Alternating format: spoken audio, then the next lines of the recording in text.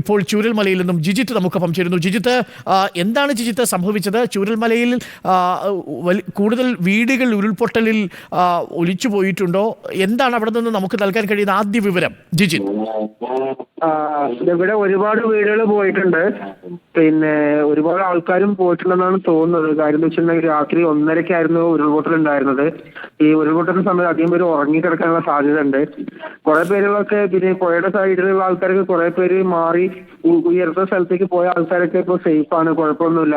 അവരെ പുഴയുടെ ഇക്കരയിലേക്ക് എത്തിക്കാൻ വേണ്ടിയിട്ട് ഇപ്പോൾ ശ്രമിച്ചുകൊണ്ടിരിക്കുന്നുണ്ട്. അപ്പൊ അതേപോലെ ചുരൽമലയിൽ ഉണ്ടായിരുന്ന പാലം പോയിട്ടുണ്ട്. പാലത്തിന്റെ അപ്പുറമുള്ള ആൾക്കാരൊക്കെ അപ്പുറം കുടുങ്ങി കിടക്കുന്ന അവസ്ഥയിലാണ്. നിരവധി വീടുകൾ പോയിട്ടുണ്ട്. അതേപോലെ ചൂരൽമല ടൗണിലടക്കം ഇപ്പോൾ മൊത്തം ചെളി കയറി കിടക്കുകയാണ്. അതേപോലെ മൊത്തം മരങ്ങളും കാര്യങ്ങളൊക്കെ വന്നിട്ട് അപ്പോൾ എത്ര ആൾ ഇതിന്റെ അകത്ത് ഉണ്ടെന്നോ എത്ര ആള് രക്ഷപ്പെട്ടെന്നോ ഒന്നും പറയാൻ പറ്റാത്ത സിറ്റുവേഷൻ ആണുള്ളത്. ജിജിത്തിന് അവിടെ നിന്ന് കാണാൻ കഴിയുന്നത് എന്താണ്? നേരത്തെ അറിയാവുന്ന ഒരു പ്രദേശമായിരിക്കുമല്ലോ ആ ഭാഗത്ത്. ഇപ്പോൾ ഈ വെള്ളം കയറി കിടക്കുന്ന പ്രദേശങ്ങളിൽ മറ്റു വീടുകൾ ഉൾപ്പെട്ടിട്ടുണ്ടോ? അതെ, നിരവധി വീടുകൾ പോയിട്ടുണ്ട്. പിന്നെ ഭാഗികമായിട്ടും പോയിട്ടുണ്ട്, മുഴുവനായിട്ടും പോയിട്ടുണ്ട്. അതിലൂടെ ഉണ്ടായിരുന്ന സ്കൂളിന്റെ തൊട്ടടുത്ത് വരെ വെള്ളം എത്തിയിട്ടുണ്ട്. സ്കൂളിന്റെ മേലേക്ക് വരെ ഇപ്പൊ മരങ്ങളും കാര്യങ്ങളൊക്കെ വന്ന് കിടക്കുകയാണ്. സ്കൂളിലെ കുറച്ച് ബിൽഡിങ്ങുകൾ പോയിട്ടുണ്ട്. ചുരമല ടൗണിലടക്കം വലിയ വലിയ മരങ്ങൾ, മലയിൽ നിന്നുള്ള മരങ്ങൾ വന്നിട്ട് കയറി കിടക്കുകയാണ്. ചെറിയ പുഴയായിരുന്നു ചുരമല ഉണ്ടായിരുന്നത്, അത് പ്രത്യേകിച്ചും വലിയ പുഴയായിട്ടുണ്ട്. എന്ത് പുഴയാണ്? ആ പുഴയ്ക്ക് എന്തെങ്കിലും പേരെന്തെങ്കിലും ഉണ്ടോ? ചൂരൽപ്പുഴയിലെ ഒരു തോട് പോലെയുള്ള ഒരു നദിയായിരുന്നു അല്ലേ? അല്ല, തോടല്ല, അത്യാവശ്യം നല്ല പുഴ തന്നെ ആയിരുന്നു. പക്ഷെ ഇപ്പൊ അതിനെക്കാട്ടി 2 ഇരട്ടിയോളം വലുപ്പത്തിലാണ് ഇപ്പോൾ ഒഴുകിക്കൊണ്ടിരിക്കുന്നത്. ഈ അപ്പുറത്ത് ചൂരൽമല ഗ്രാമത്തിലേക്ക് രക്ഷാപ്രവർത്തകർക്ക് എത്താൻ പറ്റിയിട്ടുണ്ടോ? ഉണ്ട്, ചുരമലയിൽ രക്ഷാപ്രവർത്തകർ ഉണ്ടായിരുന്നു. അധികം നാട്ടുകാർ തന്നെയാണ്. നാട്ടുകാരും പിന്നെ പുറത്തുനിന്നുള്ള ആൾക്കാരും വന്നിട്ടുണ്ട്. പിന്നെ പോലീസും കാര്യങ്ങളും നമ്മളെ തന്നെ ഇവിടുത്തെ ഒരു കാര്യം റെസ്ക്യൂ ടീം കാര്യങ്ങൾ എല്ലാവരും ഉണ്ട്. മുണ്ടക്കയിലെ അവസ്ഥ എന്താണ് ജിജിത്തെ? മുണ്ടക്കൈ ഒറ്റപ്പെട്ട് കിടക്കുകയാണോ? അവിടെയും രക്ഷാപ്രവർത്തകർ എത്തിയിട്ടുണ്ടോ? മുണ്ടക്കയിലേക്ക് നമുക്ക് പോകാൻ പറ്റൂല, നമുക്ക് റോഡ് ബ്ലോക്കാണ്. അപ്പൊ അവിടുത്തെ സിറ്റുവേഷൻസ് അധികം കുറെ പേരൊക്കെ നമ്മൾ സേഫ് ആയിട്ടുള്ള ഏരിയകളിലേക്ക് പോയിട്ടുണ്ട്, പിന്നെ ഉയർന്ന സ്ഥലത്തേക്ക് മാറിയിട്ടുണ്ട്. ആരെങ്കിലും ഇനി പെട്ടിട്ടുണ്ടോ എന്നുള്ളത് അറിവ്, മിസ്സിംഗ് ആയവരുടെ കാര്യങ്ങൾ നോക്കി വരുമ്പോഴേ ഇതിനൊക്കെ കുറിച്ച് ധാരണ ഉണ്ടാവുള്ളൂ. ജിജിറ്റ്, ഒരു സംശയം, ഈ മരിച്ചവർ കൂടുതൽ പേരും ഈ ചൂരൽമലയിൽ നിന്നുള്ളവരാണോ മുണ്ടക്കയിൽ നിന്നുള്ളവരാണോ? നമ്മളിപ്പോ മരണം എന്ന് പറയാൻ നമുക്കിപ്പോ അങ്ങനെ ഇത് കൺഫേം ആയിട്ടില്ല. നമ്മളിപ്പോ ഓരോ സ്ഥലത്ത് ഇങ്ങനെ നോക്കിക്കൊണ്ടിരിക്കുന്നതാണ്.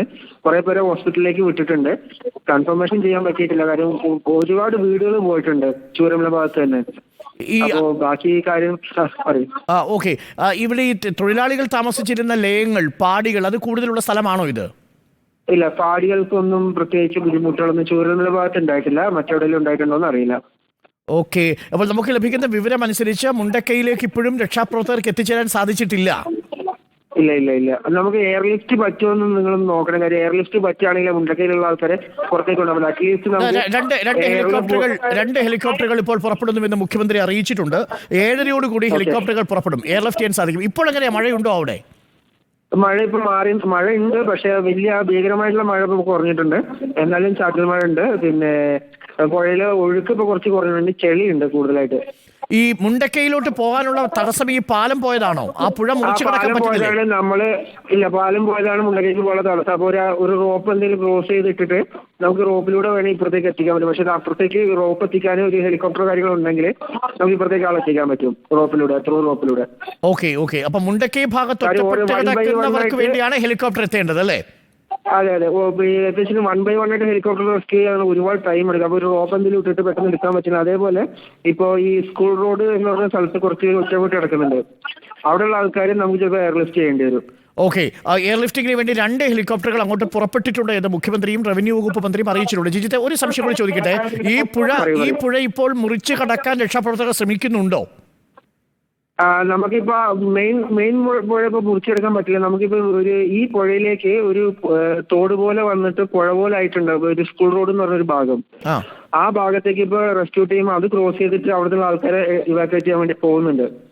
നമുക്ക് മെയിൻ ആയിട്ടുള്ള പുഴ മുറിച്ചെടുക്കാൻ ഇതുവരെ പറ്റിയിട്ടില്ല. അത് പറ്റുമെന്ന് തോന്നുന്നില്ല, അത്രയ്ക്കും കുത്തൊഴുക്കാണ്. ഓക്കെ, അതുവഴി അല്ലാതെ ഈ മുണ്ടക്കൈ ഭാഗത്ത് ഇങ്ങോട്ട് ആൾക്കാർക്ക് വരാനും കഴിയില്ലല്ലേ? വരാൻ കഴിയില്ല. നമുക്ക് മേലെ ഒരു ചെറിയ പാലം ഉണ്ടായിരുന്നു, അവിടേക്ക് നമുക്ക് എത്തിപ്പെടാൻ പറ്റിയിട്ടില്ല. കാര്യം റോഡിലൊക്കെ ഫുള്ള് വലിയ മരങ്ങൾ വീണ് കിടക്കുകയാണ്. ആ പാലം പോയിട്ടുണ്ടാവാനാണ് വലിയ ചാൻസ്. ഒരു 99% ആ പാലം പോയിട്ടുണ്ടാവും. ചെറിയൊരു പാലം, നടപ്പാലം, അത് പോയിട്ടുണ്ട്. വേറെ വഴികളൊന്നുമില്ല. നമുക്ക് ഈ വഴി കൂടെ തന്നെ എടുക്കേണ്ടി വരും. ഓക്കെ ജിജിത്ത്, എന്തായാലും കൂടുതൽ വിവരങ്ങളൊന്ന് ശേഖരിക്കും. ഞങ്ങൾ ജിജിത്തിന് അല്പസമയത്തിനുള്ളിൽ ബന്ധപ്പെടാം. ആശങ്ക വേണ്ടതില്ല എന്ന് തന്നെയാണ് ജിജിത്ത് പറയുന്നത്. പക്ഷേ അപ്പോഴും ഒരു ബുദ്ധിമുട്ടായി നിൽക്കുന്നത് മുണ്ടക്കൈ ഭാഗത്തേക്ക് ഇപ്പോഴും എത്തിച്ചേരാൻ സാധിക്കുന്നില്ല രക്ഷാപ്രവർത്തകർക്ക്. അവിടെ ചൂരൽമലയിലുണ്ടായ ഒരു ചെറിയ പുഴ, ആ പുഴ ഇപ്പോൾ വലിയ പുഴയായി ഗതിമാറി ഒഴുകി സ്കൂളിൻ്റെ പരിസരത്തേക്ക് എത്തുന്നു. അവിടേക്ക് ധാരാളം വാഹനങ്ങളും ഈ ഉരുൾപൊട്ടലിൽ വന്ന് അടിഞ്ഞു കിടക്കുന്നതിൻ്റെ ദൃശ്യങ്ങൾ പ്രേക്ഷകർക്ക് കാണാം. ഇപ്പോൾ രക്ഷാപ്രവർത്തകർ ശ്രമിക്കുന്നത് ആ ഭാഗത്തേക്ക് രക്ഷാപ്രവർത്തകർക്ക് എത്തണം. അതിനുവേണ്ടി ഈ ചൂരൽമല സ്കൂളിൻ്റെ ഭാഗത്ത് വലിയ പുഴ ഒഴുകി വരുന്ന ഭാഗത്ത് ഏതെങ്കിലും തരത്തിൽ ഒരു പ്രതിബന്ധം സൃഷ്ടിച്ച് മറുഭാഗത്തേക്ക് കടക്കുക, അവിടെയുള്ളവരെ താൽക്കാലികമായി രക്ഷപ്പെടുത്തുക. ഏറ്റവും പ്രധാനപ്പെട്ടത് മുണ്ടക്കൈ ഭാഗത്ത് നിന്നും എയർലിഫ്റ്റിംഗ് വേണ്ടതുണ്ട് എന്നാണ് ജിജിത്ത് അടക്കമുള്ളവർ ആവശ്യപ്പെടുന്നത്. ഉരുൾപൊട്ടലിൽ 5 പേരുടെ ജീവൻ നഷ്ടപ്പെട്ടിരിക്കുന്നുവെന്ന വാർത്തയാണ് പ്രാദേശികമായി നമ്മൾ റിപ്പോർട്ട് ചെയ്യുന്നത്. ഔദ്യോഗിക സ്ഥിരീകരണത്തിനായി നമ്മൾ കാത്തിരിക്കുന്നു. മരിച്ചവരിൽ ഒരു കുട്ടിയും ഉൾപ്പെടുന്നുണ്ട് എന്നതാണ് ഏറെ വേദനിപ്പിക്കുന്ന വിവരം. 1:30 കൂടിയാണ് ഈ ഉരുൾപൊട്ടൽ.